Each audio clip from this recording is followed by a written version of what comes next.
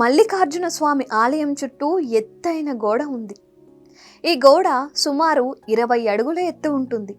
ఆలయ ప్రాకారం చుట్టూ 8 దిక్కులలో అష్ట భైరవులు ప్రతిష్ఠులై ఉన్నారు. ఈ దేవాలయానికి 4 వైపులా గోపురాలు ఉన్నాయి. శ్రీ మల్లికార్జున స్వామి ఆలయం తూర్పు ముఖంగా ఉంది.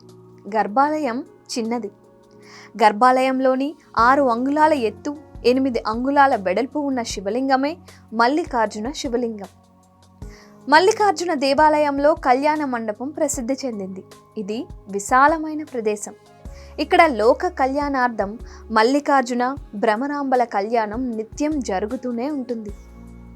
భ్రమరాంబిక దేవాలయం స్థల పురాణం గురించి ఇప్పుడు తెలుసుకుందాం. సతీదేవి ఖండితంగాలలో మెడ భాగము శ్రీశైల క్షేత్రమునందు పడింది. అష్టాదశ శక్తి పీఠములలో ఒకటి శ్రీ భ్రమరాంబ శక్తిపీఠం. శ్రీశైలంలో భ్రమరాంబిక అవతరణ గురించి ఒక పురాణ కథ ఉంది. పూర్వం అరుణాసురుడు అనే రాక్షసుడు ఉండేవాడంట. అతడు తపస్సు చేసి బ్రహ్మదేవుణ్ణి ప్రసన్నం చేసుకుని ఒక వరాన్ని పొందుతాడు. ఆ వరం ఏంటి అంటే, స్త్రీలు కానీ పురుషులు కానీ ఏ ఆయుధాలు తనను సంహరించలేకుండా ఉండడమే ఆ వరం. దానితో అరుణాసురుడు మానవులను దేవతలను బాగా హింసించాడు. అప్పుడు దేవతలంతా సమస్య పరిష్కారానికి బ్రహ్మ విష్ణు మహేశ్వరులను ప్రార్థిస్తారు. అంబ యజ్ఞం చేయమని వారికి త్రిమూర్తులు సూచిస్తారు. దేవతలు ఆ యజ్ఞాన్ని చేస్తూ ఉండగా కోట్లాది భ్రమరాలు అంటే తూనీగలు అరుణాసురుణ్ణి కుట్టి చంపేస్తాయి. అప్పుడు దేవతలు సంతోషించి యజ్ఞంలో నుంచి ఉద్భవించిన భ్రమరాంబ అమ్మవారిని ప్రజల సంరక్షణార్థం భూలోకంలోనే ఉండమని ప్రార్థిస్తే ఆమె శ్రీశైలంలో నివాసం ఏర్పరచుకుందంట. శ్రీ మల్లికార్జున స్వామివారి ఆలయం వెనుక ఎత్తైన ప్రదేశంలో భ్రమరాంబిక దేవాలయం ఉంది. ఈ దేవాలయం బయట కుడివైపు భాగంలో చెవుని గోడకు ఆనిస్తే భ్రమర గీతం వినిపిస్తోంది. ఈ భ్రమర గీతం భ్రమరాంబికాదేవి ఇక్కడ ఆసీనురాలై ఉంది అని తెలియజేస్తోంది. గర్భగుడిలో ఉన్న భ్రమరాంబ ఉగ్రరూపిణి భయంకరంగా కనిపిస్తోంది. 8 చేతులతో ప్రతి చేతిలో ఒక ఆయుధంతో కనిపిస్తోంది. మహిషాసుర మర్దిని రూపంలో భ్రమరాంబ దర్శనమిస్తోంది. ఉత్సవాలలో ఊరేగించే దేవి సౌమ్య స్వరూపిణి. అందమైన అలంకరణలతో ఈ విగ్రహాన్ని ఊరేగిస్తారు. గర్భగుడిలో బ్రాహ్మణ పూజారులు దేవికి పూజలు చేస్తూ ఉంటారు. గర్భగుడిలోని విగ్రహానికి సందర్శకులు పూజ చేయడాన్ని అనుమతించరు. గర్భగుడి ప్రవేశ ద్వారం దగ్గరే భక్తులు శ్రీచక్రానికి కమల పీఠానికి కుంకుమ పూజలు చేస్తూ ఉంటారు. ఇక్కడ ఉన్న కమల పీఠం మీద కూర్చుని భ్రమరాంబికాదేవి తపస్సు చేసిందంట.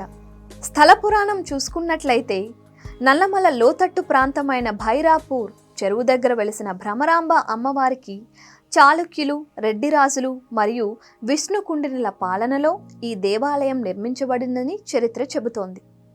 ఆదివాసీల సోదరి అయిన భ్రమరాంబికను పరమేశ్వరుడు వివాహం చేసుకోవటం వలన చెంచు గిరిజనులు ఈశ్వరుణ్ణి బావగా పిలుచుకుంటూ అత్యంత భక్తి శ్రద్ధలతో పూజిస్తూ ఉంటారు.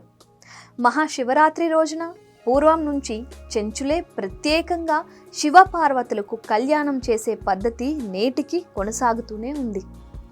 ఈ ఆలయాన్ని పాండవులు శ్రీరాముడు లాంటి పురాణ పురుషులు సందర్శించి పూజలు చేశారని చరిత్ర చెబుతోంది. శ్రీశైల ఆలయాన్ని రక్షించడానికి కొంతమంది రాజులు ఆలయం చుట్టూ కోట లాంటి నిర్మాణాన్ని నిర్మించారు. 4 వైపులా 4 పెద్ద ద్వారాలు, సుదూరానికి సైతం కానవచ్చే బ్రహ్మాండమైన 4 గోపురాలు, అత్యద్భుతమైన కట్టడాలుగా దేవాలయాలను నిర్మించారు. శ్రీశైలం 12 జ్యోతిర్లింగాలలో ఒకటి మరియు అష్టాదశ శక్తి పీఠములలో కూడా ఒకటి. శ్రీశైలం దగ్గర దర్శనీయ ప్రదేశాలు ఏంటో ఇప్పుడు ఒకసారి తెలుసుకుందాం. అందులో మొదటిది పాతాళ గంగ. శ్రీశైలంకు 3 కిలోమీటర్ల దూరంలో ఉంది పాతాళ గంగ. కానీ ఇక్కడ శ్రీశైలం చాలా ఎత్తులో ఉంది. కృష్ణానది మాత్రం కింద లోయలో ప్రవహిస్తూ ఉంటుంది. ఇక్కడ సుమారుగా 900 మెట్లు దిగి కృష్ణానదిలో స్నానం చేయాలి. ఈ కృష్ణానదిని ఇక్కడ పాతాళ గంగ అనే పేరుతో పిలుస్తారు. తరువాతది సాక్షి గణపతి ఆలయం. ఈ సాక్షి గణపతి ఆలయం ప్రధాన ఆలయానికి 2 కిలోమీటర్ల దూరంలో ఉంది. ఈ గణపతి ఆలయ ప్రత్యేకత ఏంటి అంటే, మనం శ్రీశైలంలో శివుణ్ణి దర్శించుకున్నట్లు, శ్రీశైలము వచ్చినట్లు కైలాసములో గణపతే సాక్ష్యం చెబుతారు. అందుకని ఇతనిని సాక్షి గణపతి అని పిలుస్తారు. తరువాతది శిఖరేశ్వర ఆలయం. శ్రీశైలంలో ప్రత్యేకమైనది ఈ శ్రీశైల శిఖరం. శ్రీశైలంలో శిఖర దర్శనం చేసుకుంటే పునర్జన్మ ఉండదని శాస్త్రాలు ఘోషిస్తున్నాయి. శిఖర దర్శనం అంటే పక్కనే నిలబడి శిఖరం వైపు చూడటం కాదు, దూరంగా ఉన్న ఈ ఎత్తైన కొండ శిఖరేశ్వరం పైనుంచి దూరంగా ఉన్న ఆలయ శిఖరాన్ని చూడాలి. అలా చూస్తే శిఖరం కనిపిస్తే పునర్జన్మ నుంచి విముక్తి పొందుతారని, త్రేతాయుగంలో శివ దర్శనార్థం శ్రీరాముడు ఎక్కిన శిఖరమే నేటి శిఖరేశ్వరం. ఆనాటి నుంచి నేటి వరకు శిఖరేశ్వరం నుంచి శ్రీశైల ఆలయం శిఖరమును చూసే సాంప్రదాయం కొనసాగుతుంది. శ్రీశైల మల్లికార్జున స్వామి భ్రమరాంబికాదేవి ఆలయం స్థల పురాణం ఇప్పుడు తెలుసుకుందాం. ఈ శ్రీశైల క్షేత్రం ఆంధ్రప్రదేశ్ రాష్ట్రంలోని కర్నూలు జిల్లాలో కృష్ణానదికి కుడివైపున ఉంది. శ్రీశైలం క్షేత్రంలో వెలిసిన భ్రమరాంబిక అమ్మవారు అష్టాదశ శక్తి పీఠాలలో ఒకరు మరియు శ్రీ మల్లికార్జున స్వామివారు 12 జ్యోతిర్లింగాలలో ఒకరు. అతి ప్రాచీన శైవ క్షేత్రాలలో ఒకటైన శ్రీశైలాన్ని శ్రీగిరి, శ్రీ పర్వతం, శ్రీనగరం అని కూడా పిలుస్తూ ఉంటారు. కర్నూలు నుంచి శ్రీశైలం 178 కిలోమీటర్లు, హైదరాబాద్ నుంచి శ్రీశైలం 232 కిలోమీటర్లు, విజయవాడ నుంచి శ్రీశైలం 260 కిలోమీటర్లు. ఈ శ్రీశైల క్షేత్రం సముద్ర మట్టానికి 1500 అడుగుల ఎత్తులో ఉంది. ఇలా ఒకే చోట 12 జ్యోతిర్లింగాలు మరియు శక్తి పీఠాలు కలిసి ఉన్నవి 3 ఉన్నాయి. అవేంటి అంటే, అందులో శ్రీశైలం మల్లికార్జున స్వామి జ్యోతిర్లింగం మరియు భ్రమరాంబ అమ్మవారి శక్తిపీఠం. రెండవది కాశీ, ఇక్కడ విశ్వేశ్వర స్వామి జ్యోతిర్లింగం మరియు విశాలాక్షి అమ్మవారి శక్తిపీఠం ఉన్నాయి. మూడవది ఉజ్జయిని, ఇక్కడ మహాకాళేశ్వర జ్యోతిర్లింగం మరియు మహంకాళి అమ్మవారి శక్తిపీఠం ఉన్నాయి. శ్రీశైలానికి పూర్వం 4 ప్రధాన మార్గాలు ఉండేవి. వాటినే శ్రీశైల ద్వారాలు అని అనేవారు. అవేంటో ఇప్పుడు ఒకసారి తెలుసుకుందాం. మొదటిది త్రిపురాంతకం, రెండవది సిద్ధవట ద్వారం, మూడవది అలంపురం, నాలుగవది ఉమామహేశ్వరం. త్రిపురాంతకం ద్వారం శ్రీశైలానికి తూర్పు దిక్కున ఉండే ద్వారం. సిద్ధవటం కడప జిల్లాలో ఉంది. ఈ రెండవ ద్వారం దక్షిణ ద్వారం. మూడవ ద్వారమైన అలంపుర ద్వారం మహబూబ్ నగర్ జిల్లాలో ఉంది. ఇది పశ్చిమ ద్వారం. ఉమామహేశ్వరం 4వ ద్వారం. ఇది కూడా మహబూబ్ నగర్ జిల్లాలో ఉంది. ఇది ఉత్తర ద్వారం. పూర్వం అడవుల్లో కొండల మీద రోడ్డు లేనప్పుడు బండ్ల మీద లేక కాలినడకన ఈ మార్గం ద్వారా శ్రీశైలం చేరుకునేవారు. ఆ రోజుల్లో శ్రీశైలం చేరడం చాలా కష్టంగా ఉండేదంట. ఇప్పుడు అడవుల్లో కొండల మీద బస్సులు వెళ్ళడానికి రోడ్డు వేసిన తరువాత సులభంగా శ్రీశైలం చేరుకోవచ్చు. స్థల పురాణం పరిశీలిస్తే కృతయుగంలో శిలాదుడు అనే మహర్షి సంతాన ప్రాప్తి కోసం ఘోరమైన తపస్సు చేస్తాడు. తన తపస్సును మెచ్చిన శివుడు శిలాదుడికి నందీశ్వరుడు, పర్వతుడు అనే 2 కుమారులను ప్రసాదిస్తాడు. వారిలో నందీశ్వరుడు కూడా శివుడి కోసం తపస్సు చేసి సేవ చేసుకునే భాగ్యాన్ని తనకు కల్పించాలని కోరుకుంటాడు. అలాగే అతని వాహనంగా ఉండేలా వరం పొందాడు. ఆ విధంగా శివుడున్న ప్రతి చోట నందీశ్వరుడు దర్శనమిస్తాడు. అయితే నందీశ్వరుడు సోదరుడు పర్వతుడు కూడా శివుడి కోసం తపస్సు చేసి ఆయన్ను శివ పార్వతులతో సహా తన శిరస్సుపై కొలువు ఉండేలా వరం పొందుతాడు. శివ పార్వతులు వెలిసిన పర్వతమే శ్రీ పర్వతం అయింది. తరువాత అది రాను రాను శ్రీశైలంగా మారింది. మరొక కథనం ప్రకారం పూర్వకాలంలో కృష్ణానది తీరంలో బ్రహ్మగిరిని రాజధానిగా చేసుకొని చంద్రకేతనుడు అనే రాజు పరిపాలించేవాడు. సంతానం కోసం పరితపిస్తున్న ఆ రాజుకు ఒక అమ్మాయి జన్మించింది. ఆమెకు చంద్రమతి అనే పేరు పెట్టారు.